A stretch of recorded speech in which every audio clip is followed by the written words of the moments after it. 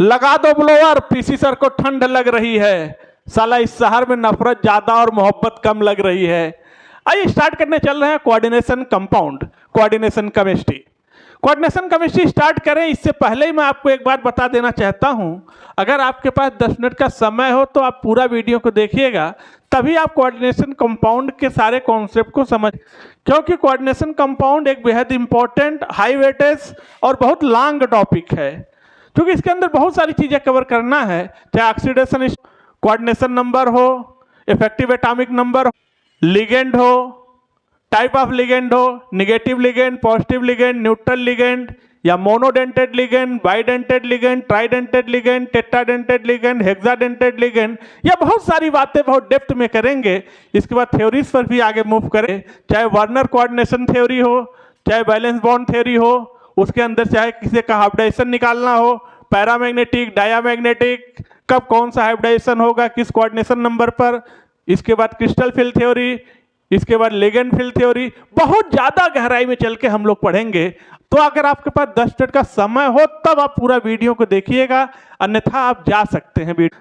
तो आइए स्टार्ट करते हैं हम लोग कोऑर्डिनेशन केमिस्ट्री को। तो फिर वीडियो को आप लाइक कर दीजिए और चैनल को सब्सक्राइब कर दीजिए, क्योंकि IIT और नीट के सारे इंपॉर्टेंट कंटेंट इसी चैनल पर मिलते हैं, केमिस्ट्री बाय पीसी सर। आइए सपोज करिए हम देखना चाहते हैं कि ये जो कोऑर्डिनेशन कंपाउंड है इसका जनरल फॉर्मेट क्या है, ये दिखता कैसा, देखने में कैसा लगता है।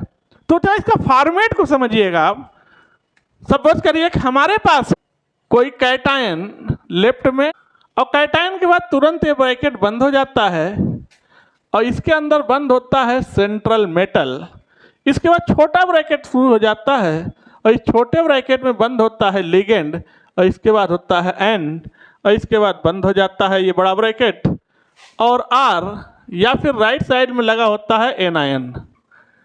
कहने का मतलब कैटायन रहेगा तो लेफ्ट में लगेगा, एनायन रहेगा तो राइट में लगेगा, लेकिन कैटायन एनायन दोनों साथ में नहीं आएंगे कॉम्प्लेक्स में। हाँ ये जरूर हो सकता है कैटायन एनायन दोनों ना आए तो कॉम्प्लेक्स न्यूट्रल हो जाएगा, खैर उसकी बातें अभी हम करेंगे। What is an? एन क्या है? एन है कोऑर्डिनेशन नंबर। सीएम क्या है? Chief minister? नहीं, सेंट्रल मेटल। खैर आप इसे कॉम्प्लेक्स का चीफ मिनिस्टर बोल सकते हैं, क्योंकि इसका बहुत बड़ा दारोमदार होता है कॉम्प्लेक्स को हैंडल करने का। सेंट्रल मेटल को हम किसी कॉम्प्लेक्स का न्यूक्लियस, तो आइए कोई एक कॉम्प्लेक्स लेके आपको दिखाते हैं। यह हमारे पास कॉम्प्लेक्स है K4Fe का होल 6। देखिएगा अब ये क्या है? कैटायन। आयरन क्या है? Central metal Cm। साइनाइड क्या है? लिगेंड। ये नंबर क्या है? ये तो पता ही है, कोऑर्डिनेशन नंबर। कोऑर्डिनेशन नंबर देखिएगा, ये है कॉम्प्लेक्स K4Fe का होल 6। कोई दूसरा कॉम्प्लेक्स लेके देखते हैं। CO अमोनिया का होल 6 Cl3। तो देखिएगा ये क्या है? Central metal. अमोनिया क्या है? लिगेंड। नंबर क्या है? Coordination number. और क्लोरीन क्या है? एनायन। देखिए समझिए। आइए देखते हैं कितने तरह के कॉम्प्लेक्स होते हैं, यानी क्लासिफिकेशन ऑफ कॉम्प्लेक्स। ठीक है, कॉम्प्लेक्स को क्लासिफाई करते हैं। सपोज करिए कि हमारे पास कोई कॉम्प्लेक्स कंपाउंड है, तो ये कॉम्प्लेक्स कंपाउंड मेनली 3 तरह का देखने को मिलता है। जैसे हमारे पास है 3 तरह का कॉम्प्लेक्स। ये है हमारे पास कैटायनिक कॉम्प्लेक्स,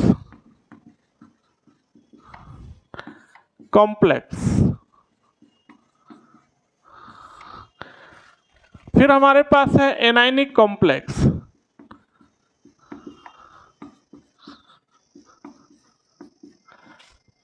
और इसके पास हमारे पास तीसरी वैरायटी है न्यूट्रल कॉम्प्लेक्स की। Neutral complex. देखिएगा वन बाय वन करके समझते हैं। किसको बोलते हैं कैटायनिक कॉम्प्लेक्स, किसको बोलते हैं एनायनिक कॉम्प्लेक्स, और किसको कहा जाता है न्यूट्रल कॉम्प्लेक्स। देखते हैं। सपोज करिए कि हमारे पास कोई कॉम्प्लेक्स है, हमने कॉम्प्लेक्स ले लिया Cr अमोनिया का होल 6 Cl3, ये कॉम्प्लेक्स है। तो ये कॉम्प्लेक्स देखने से नहीं पता चलेगा शक्ल से कि ये कॉम्प्लेक्स कैटायनिक है, एनायनिक है या न्यूट्रल है। कैसे देखा जाता है? तो हमेशा याद रखिएगा, जो ये बड़े ब्रैकेट के अंदर बंद है इसे बोलते हैं कोऑर्डिनेशन स्फीयर। और जितनी भी चीजें कोऑर्डिनेशन स्फीयर के अंतर्गत आती हैं वो चीजें हमेशा अपनी आइडेंटिटी बना के रखती हैं, यानी इसके अंदर की चीजें कुछ भी डिजॉल्व नहीं होगा अगर आप किसी सोल्यूशन में डालेंगे तो। लेकिन जो बड़े ब्रैकेट के बाहर होगा, चाहे लेफ्ट में हो या राइट में हो, वो डिजॉल्व हो जाएगा आसानी से सोल्यूशन के अंदर। ठीक है, तो देखिएगा यहां से आप इसको ब्रेक करिए। एक क्लोरीन पे -1, 3 क्लोरीन -3 अगर आप हटाएंगे तो इस पर आ जाएगा +3। तो जैसे ही बड़े ब्रैकेट के ऊपर चार्ज +3 आए तो आप समझ जाइएगा ये कॉम्प्लेक्स कैसा कॉम्प्लेक्स है, कैटायनिक कॉम्प्लेक्स है। क्योंकि कैटायन हो गया, प्लस चार्ज आ गया तो कैटायनिक कॉम्प्लेक्स है। ठीक, एनायनिक कॉम्प्लेक्स की बात करें, सपोज करिए हमारे पास कॉम्प्लेक्स है K3Fe का होल 6। अब आप देखिए इस कॉम्प्लेक्स को पता करना है तो सबसे पहले जो बाहरी पार्ट है इसको ब्रेक कर दीजिए।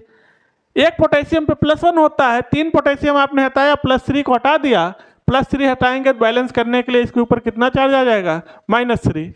तो देखिए कोऑर्डिनेशन स्फीयर के ऊपर -3 चार्ज आ रहा है, यानी ये कॉम्प्लेक्स कैसा है, एनायनिक कॉम्प्लेक्स है।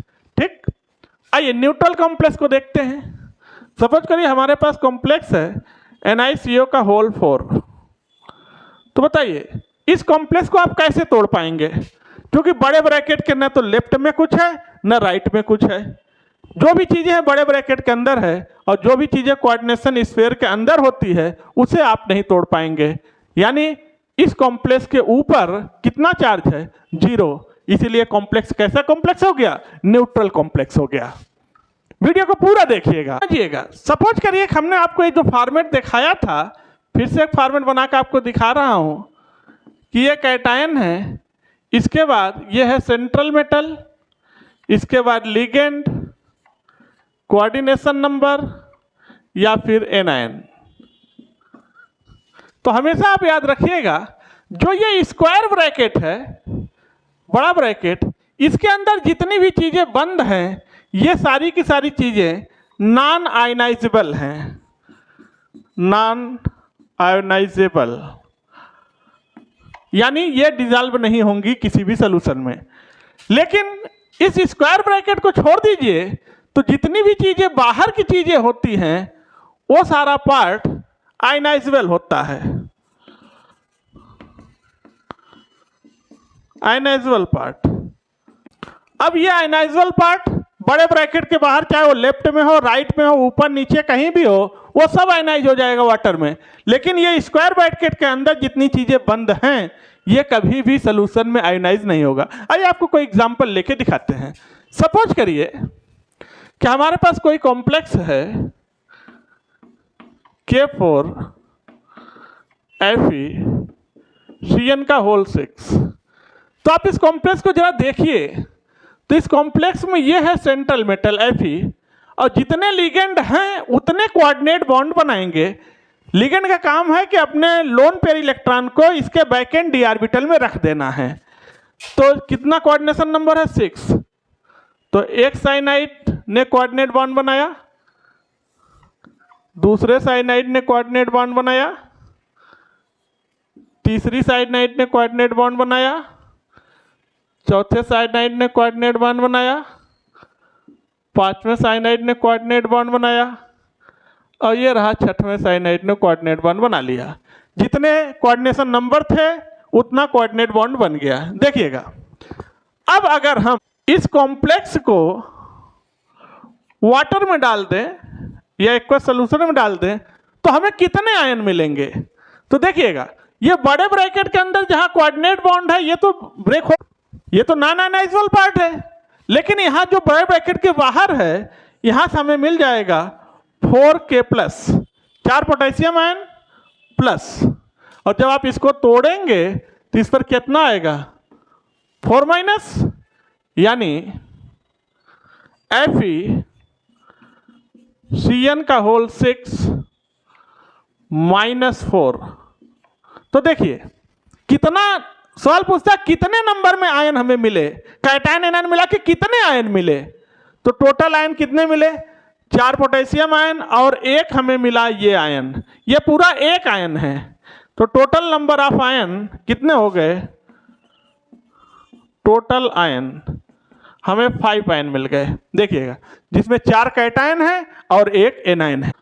आप लोग वीडियो को लाइक कर दीजिए, चैनल को सब्सक्राइब कर लीजिए और बेल आइकन का घंटा दबा दो ताकि अगला वीडियो जैसे आए नोटिफिकेशन मिल सके। थैंक यू, धन्यवाद।